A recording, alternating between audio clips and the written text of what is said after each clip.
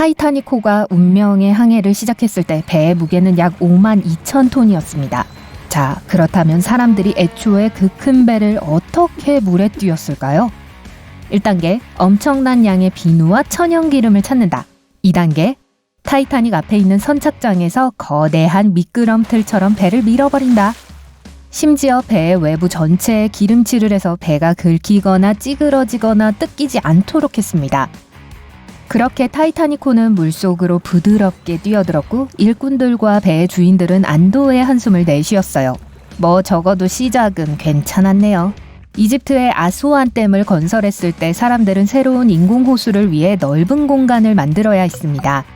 거의 10만 명의 사람들이 집에서 떠나야 했어요. 이건 차라리 쉬운 부분이었습니다. 엔지니어들은 거대한 고대 이집트 사원 2개를 옮기려고 애를 썼습니다. 사원이 영원히 물속에서 사라지게 될 운명이었으니까요. 정답이요. 수천 명의 엔지니어와 건설자가 투입되었습니다. 사원은 산에 있었기 때문에 우선 불도저와 잭해머를 사용하여 분리를 해야만 했습니다. 그리고 거대한 레고 프로젝트처럼 모든 것을 분해해야 했죠. 조각상, 지붕, 벽, 조각 등 꽤 멋진 레고 세트네요. 그리고 나서 사원을 한 입 크기로 1000개 넘게 쪼갰습니다. 각각의 무게는 코끼리 3마리와 같았습니다. 그럼 이 모든 걸 어디에 다시 조립했을까요? 같은 산에요. 61m 더 높은 곳이었죠.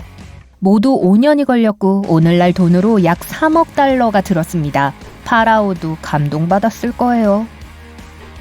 자, 목이 마르시다니 물 한 잔 드시고 오세요. 하지만 그 물은 어디에서 오는 걸까요? 사우디아라비아에서 물은 소금물에서 나옵니다. 별거 아니에요. 소금만 빼면 돼요. 그럼 증발기가 필요하겠죠?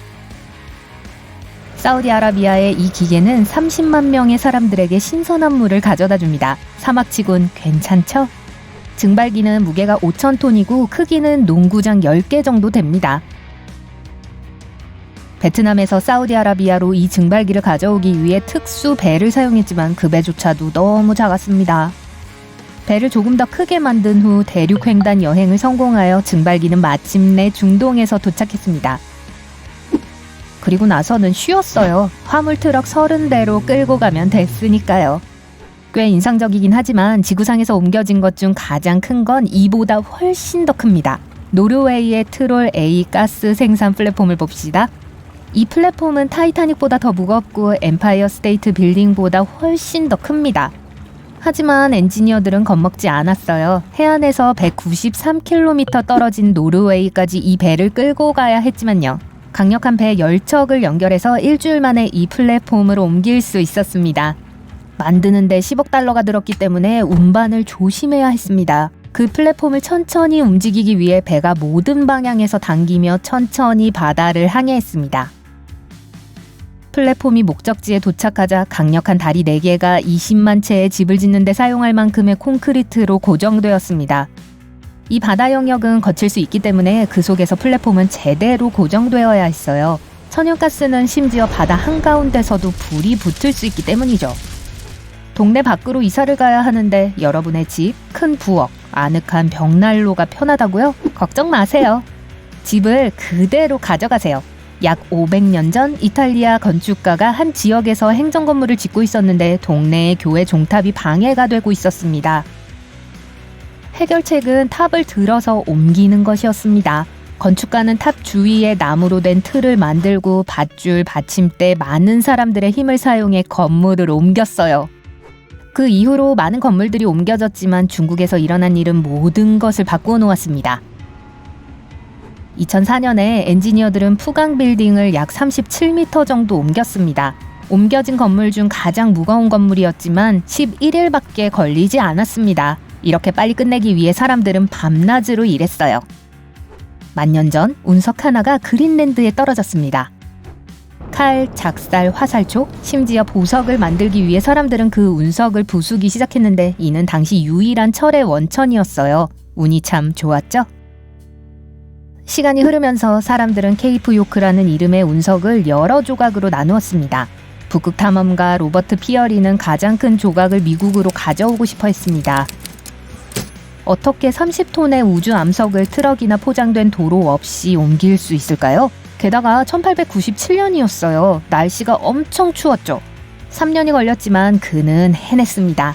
그는 가장 가까운 해안에 운석을 끌 특별한 플랫폼의 철도를 건설했습니다. 이 철도는 그린랜드의 첫 번째이자 마지막 철도였습니다. 피어리는 운석을 4만 달러에 팔았습니다. 오늘날의 가치로 약 100만 달러 정도가 될 겁니다. 2012년 예술가 마이클 하이저는 LA 카운티 미술관 입구에 340톤짜리 바위를 세웠습니다. 공중에 떠있는 돌이라는 이름이 붙여졌죠.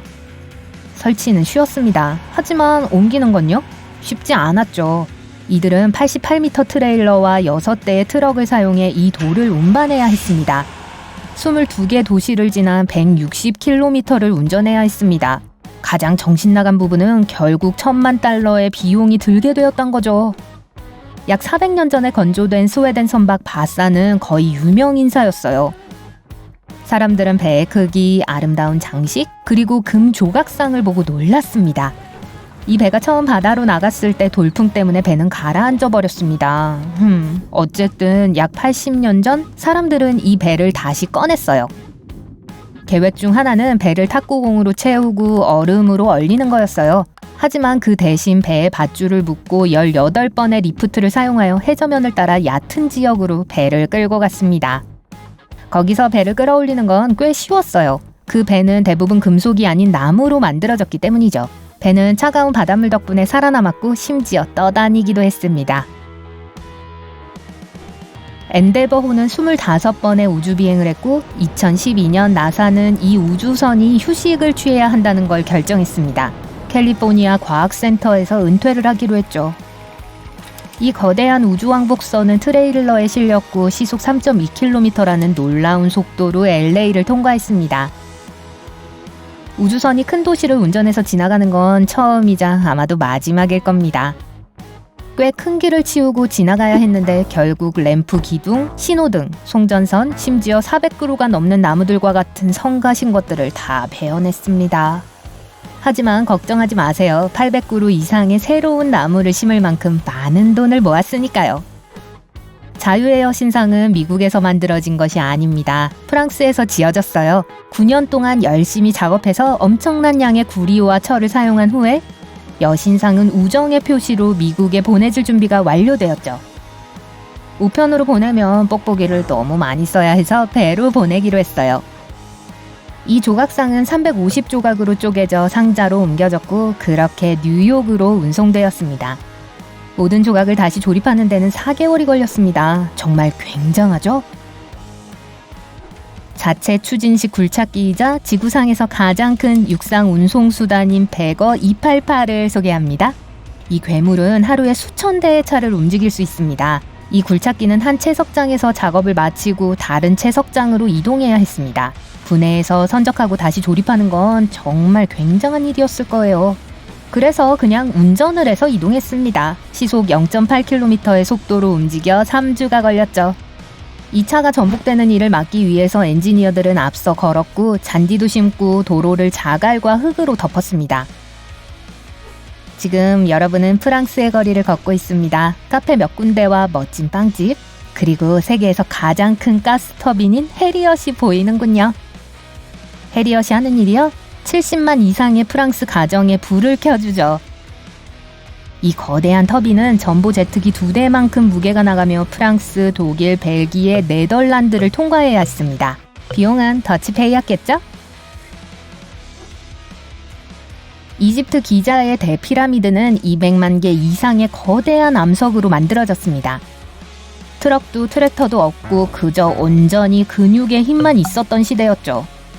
각 블록의 무게는 2.5톤이 넘는데 제 몸무게의 30배는 될 거예요. 이 시기에 사람들은 철이나 강철 같은 강한 금속도 없었습니다. 대부분 나무 조각과 돌망치를 사용했었죠.